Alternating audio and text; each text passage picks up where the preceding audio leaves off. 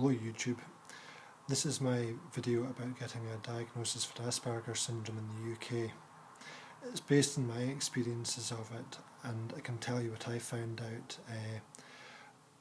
Like with anything this way, I would take this as a good starting point, but go and find out the rest of the information yourself, because some of what I tell you might change, or it may not be 100% accurate. It is as far as I can remember.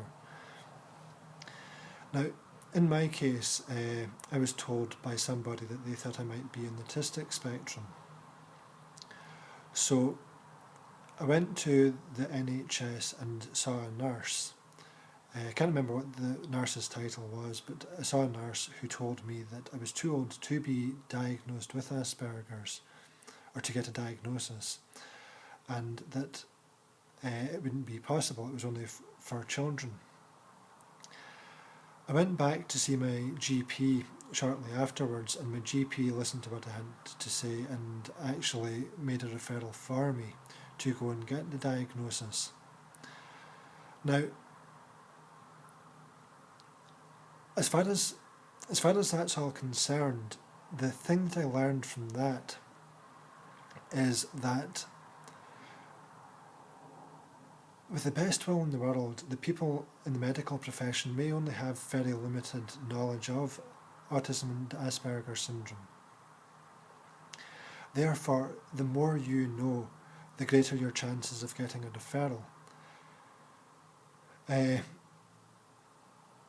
What I did was I started reading up on some of the symptoms of Asperger syndrome to find out if I thought they were consistent with how I was. And I looked at the triad of impairment, which tells you what you have to meet a certain number of criteria to be diagnosed, and the triad of impairment is part of that process. I found out quite a lot about it, and I found out how I seem to fit into Asperger syndrome, which has mixed blessings. Firstly, it's very useful if you are going along to speak to somebody who's got relatively little knowledge of it, so that you can say, well, look, I think I have Asperger syndrome and these are the reasons why. Please could you give me a referral? It's useful in that sense. The danger with it, and the danger for me, was I began to think from fairly early on that I had Asperger syndrome, but I was also acutely aware that I hadn't been diagnosed. And I went through absolute hoops over this. It was one of the most difficult periods in my life. I'm saying that fairly lightly, but yeah, it's not something I want to go into, but be very mindful that you can't diagnose yourself, and you can put yourself through hell. And all of the way through this, I was actually quite aware that I hadn't been diagnosed, and it was still extremely difficult. Now, as far as I was concerned, what would happen was that the doctor would refer me on to someone else in the NHS. I think it was part of the community mental health team, and they would basically screen me to find out if I showed enough of the traits, or seemed to show enough of the traits, to be referred on to the person who would provide the diagnosis. All told, this was going to take between 8 and 12 months with me, where I live in the UK.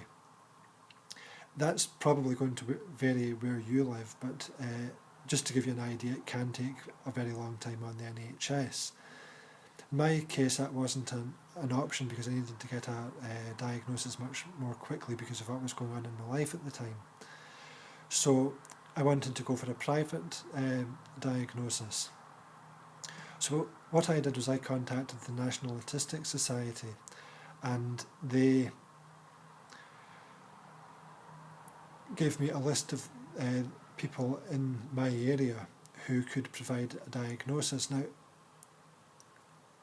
all of these people, as I remember, are going to be experts in the field. they're all going to be psychiatrists or clinical psychologists,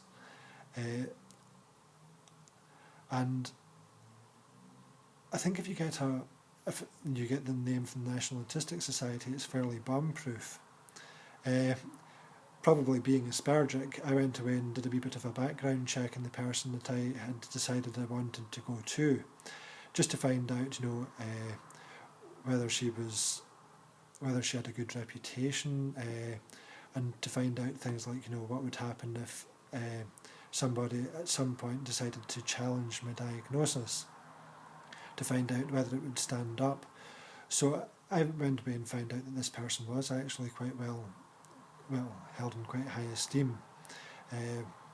Was a definite specialist in autism. So I was quite happy to go to her and get my diagnosis. And in that case, all that happened with that was, I contacted them, found out about what was involved, and I think within the space of a month I'd been down and gone through the process, or gone through the diagnosis, and was told verbally on the day that I had Asperger's syndrome, and I was then sent a report shortly after that confirming that was the case and stating what criteria I met. So I suppose the only other thing in relation to a private diagnosis is that the cost can vary. Now, as far as I remember, that could vary between £400 and best part of £2,000 for a private diagnosis, and that's one of the reasons I also went away to find out who was the diagnostician, because when you have that much of a variation in the prices, you want to know that the person you go to is qualified, is going to be credible, will give you a diagnosis that's going to stand up later if questioned, that kind of thing. So the people to speak to about that would be the National Autistic Society or Autism Scotland, if you're in Scotland. And they'll keep you right in that. You've also got, of course, your local GP, and you can go and speak to them and get your diagnosis through the NHS.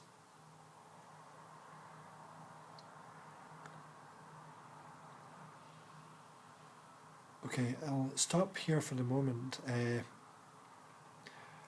I'm going to do another video talking about what happens while you're waiting for the diagnosis, because if you go through the NHS, for instance, or you can't afford to do it privately, then you could have quite a weight in your hands, and you'll probably be wanting to know what happens if you have to wait for any length of time.